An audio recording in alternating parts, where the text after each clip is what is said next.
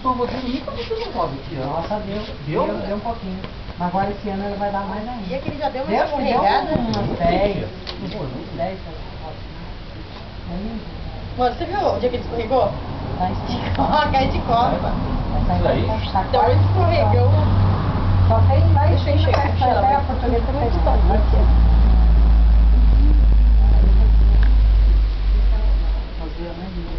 Mas eu acho que antes ficou até no chão, assim, no jardim.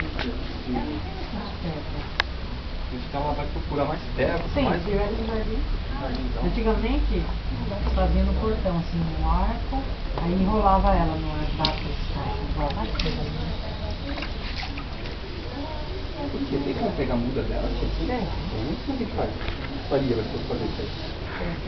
Ah, vamos pegar uma pra plantar aqui, lá não sei o que, fazer o arco, né? Tem que pegar onde? Ali tem uma mudinha, tá vendo, cara? Não. Ah, tá aqui? É. Isso aqui, aí você fazia o quê? Plantar na água? Você lasca ela e Pode colocar moeda. Opa, por favor. Moedas de R$1,50. Sei. uma terrinha. Você enterra lá e deixa até ela botar. Quando ela botar, tira o saquinho e tira na terra. Esse aqui que é o brotinho dela, esses daqui, assim, ela dá continuidade? Que lindo! Uma paletinha. Era uma varetinha. Que foi a portuguesinha que deu. E ela subiu uma piscina. E se ela tiver uma terra boa, melhor ainda. Aquele outro lá em cima também. Tá vendo onde tá assim, ó?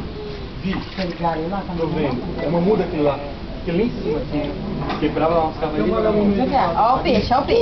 Oi, Orton. Não entendi o que você falou. Você tava aí? Mas era aquele que brilhava o olho ou era